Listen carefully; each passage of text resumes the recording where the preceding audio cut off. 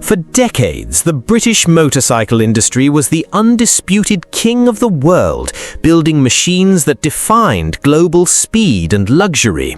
But behind the closed doors of these legendary factories, it was often an era of pure corporate desperation. While brands promised engineering perfection to the public, they were secretly pouring millions into massive heavy iron machines filled with catastrophic flaws. Companies expected huge premium profits, only to release experimental bikes that vibrated themselves to pieces, overheated violently, and ultimately bankrupted the very factories that built them. Today, we count down 10 forgotten British motorcycles that were absolute corporate disasters, yet stubbornly refused to die. We will uncover how these deeply flawed, heavy iron beasts survived the complete collapse of the British Empire to become immortal mechanical legends. And wait until you see number 1, a vintage monster so brutally uncompromising it was literally banned from racing and requires an actual blacksmith to keep alive today. Let's begin. Number 10, the 1953 Sunbeam S7 Deluxe. We begin our countdown with the 1953 Sunbeam S7 Deluxe. This massive machine featured a 500cc inline twin engine, a 15-litre fuel tank, and delivered roughly 18 kilometers per litre. Sunbeam, owned by the BSA Group, aggressively marketed the S7 as the ultimate luxury gentleman's tourer. It featured balloon tires, a shaft drive, and rubber engine mounts. Dealerships expected wealthy riders to pay a massive premium for this smooth, sophisticated ride, hoping it would generate elite corporate profits. However, the design hid a catastrophic flaw in its early iterations. The engine was placed in line, and the rear cylinder severely overheated under heavy load. To prevent the engines from melting, BSA deliberately restricted the power output. The bike became incredibly slow and terrifyingly heavy. Sales collapsed, and it became a financial black hole for BSA. Yet, despite being a corporate failure, the S7 refused to die. Today, enthusiasts cherish its unique automotive-style engineering. It requires a dedicated caretaker to manage the heat issues, turning a massive corporate mistake into an immortal piece of rolling sculpture.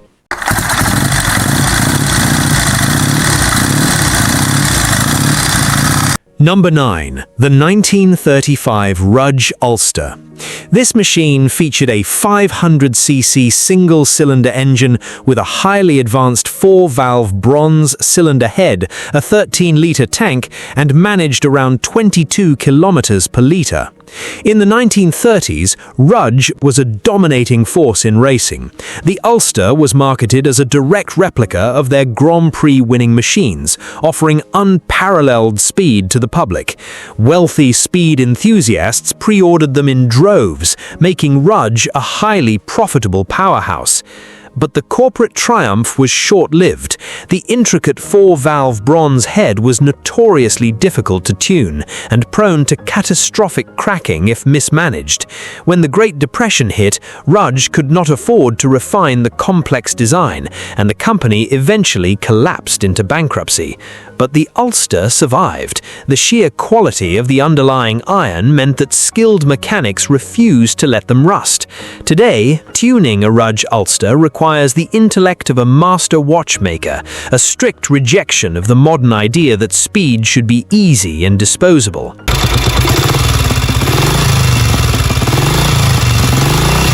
Number 8, the 1951 Douglas Dragonfly. This highly unusual motorcycle featured a 350cc horizontally opposed flat twin engine, an 18-litre fuel tank, and a fuel economy of around 24 kilometers per litre. Douglas designed the Dragonfly to be incredibly smooth, targeting the growing market of long-distance commuters who wanted car-like comfort. They invested millions into a completely radical frame design and massive headlights integrated into the fuel tank. Initial interest was high, and the company bet its entire financial future on its success. The grim reality was that the Dragonfly was shockingly underpowered. Its heavy frame and small engine made it dangerously sluggish on modernizing roads. Dealerships couldn't give them away, and the massive debt from the project completely crushed the Douglas factory, forcing them to stop making motorcycles forever. Yet the Dragonfly stands today as a monument of endurance. The flat twin engine was so fundamentally robust that despite being slow, it simply never broke down. It outlived the company that built it, requiring only basic oil and immense patience to keep running.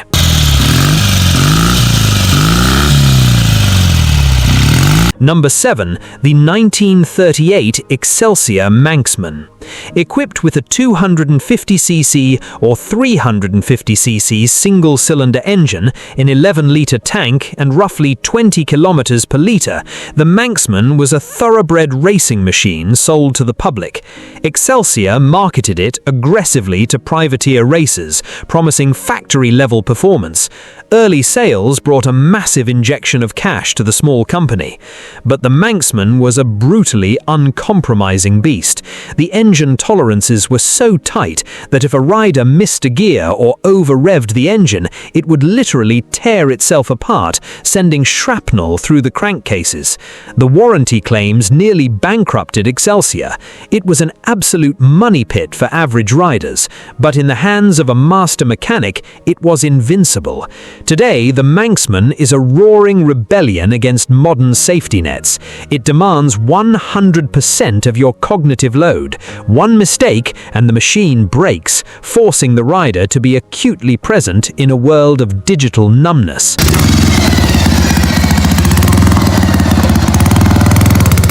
Number 6. The 1964 Panther 120. This heavy brute featured a massive 650cc single-cylinder, a 14-litre tank, and delivered around 19 km per litre. Thielen and Moore designed the Panther specifically to pull heavy sidecars. They marketed it to working-class families as a cheap alternative to a car. It was never meant to be a luxury item, it was a tractor on two wheels. By the 1960s, however, affordable cars like the Mini were flooding the market. The demand for sidecar motorcycles vanished overnight.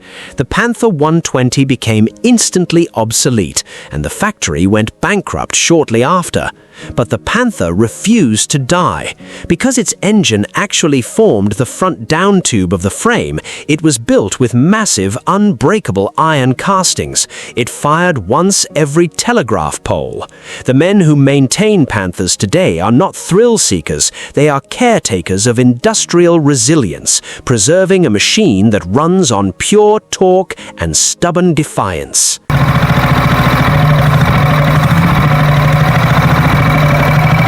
Number 5. The 1948 Scott Flying Squirrel. This highly eccentric motorcycle featured a 600cc liquid-cooled two-stroke twin engine, a 12-litre tank, and managed around 21 km per litre. Scott marketed the Flying Squirrel as an engineering marvel, offering silent, vibration-free power decades before the Japanese perfected it. They charged a massive premium for the complex liquid cooling system. The deception was that the cooling system was prone to severe leaking, and the intricate two-stroke engine required specialized knowledge that average mechanics simply did not have. When they broke, they were abandoned. The company bled money trying to support the complex design and eventually faded away. But the absolute uniqueness of the Squirrel meant that brilliant engineers rescued them from scrapyards. Rebuilding a Scott today is a massive mechanical puzzle, a profound act of rejecting the throwaway culture by breathing life back into a flawed, beautiful oddity.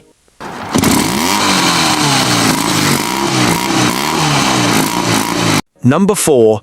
The 1958 Ariel Leader. Wait, didn't this bike destroy Ariel?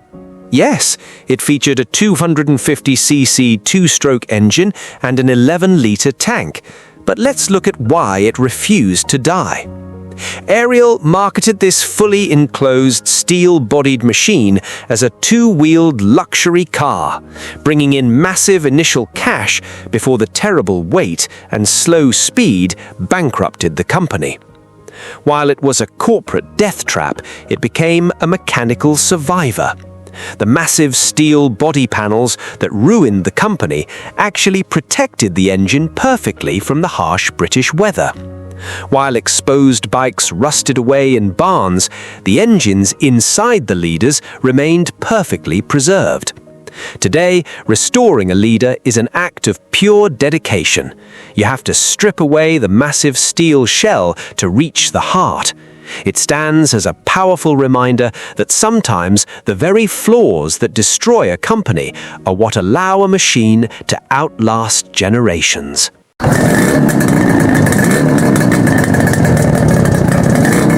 Number 3. The 1928 Coventry Eagle Flying 8. This massive vintage machine featured a 980cc Jap V-twin engine, a 16-litre fuel tank, and delivered roughly 15 kilometers per litre. Coventry Eagle aimed this directly at the ultra-wealthy, pricing it alongside the Brough Superior. It was marketed as a symbol of absolute dominance, generating huge early profits for the boutique manufacturer. Then, the 1929 stock market crash completely wiped out their wealthy clientele. The massive, expensive Flying 8 became impossible to sell, almost destroying Coventry Eagle overnight. But the Flying 8 was built with such heavy, uncompromising quality that it simply could not be destroyed by time. Today, these massive V-twins are immortal monuments. Maintaining one requires manual valve adjustments, open rocker lubrication, and a physical strength that modern riders rarely possess. It is a machine that anchors a man to the intense, heavy reality of the physical world.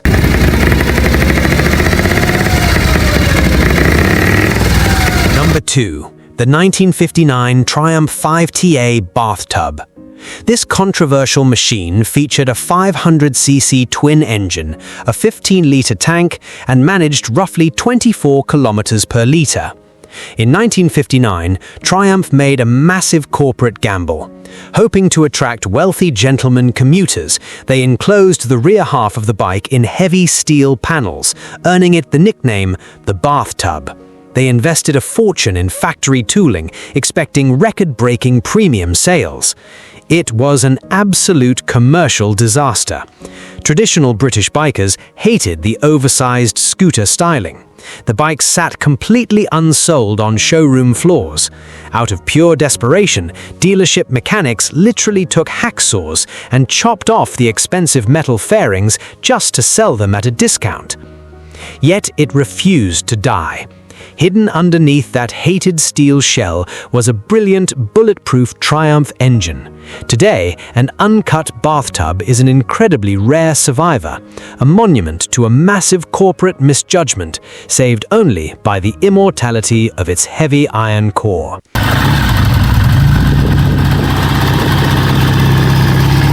Finally, the ultimate survivor, the 1912 Zenith Gradua. This ancient beast featured various massive V-twin engines, a primitive fuel tank, and fuel economy that barely mattered. Zenith marketed the Gradua system, an early, incredibly complex variable gear system, as an unfair advantage in hill climbing races. In fact, it was so dominant that racing clubs literally banned it from competing, making the brand instantly legendary. But the complexity of the Gradua system was its downfall. It required constant, meticulous adjustment. As simpler gearboxes became standard, the Zenith became obsolete and the company struggled financially for decades. But the Zenith Gradua is the definition of infinite repairability.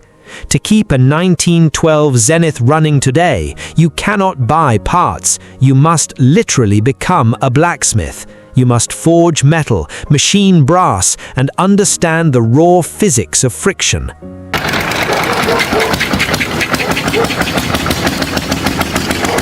These 10 machines are not just motorcycles, they are physical anchors in a weightless digital world. When you take on the responsibility of keeping one of these heavy British machines alive, you stop being a mere consumer. You become a caretaker of history. You choose the heavy metal wrench over the glowing screen, and in doing so, you prove that true legacy cannot be downloaded, it cannot be updated, and it certainly cannot be thrown away. It must be built, maintained, and ridden.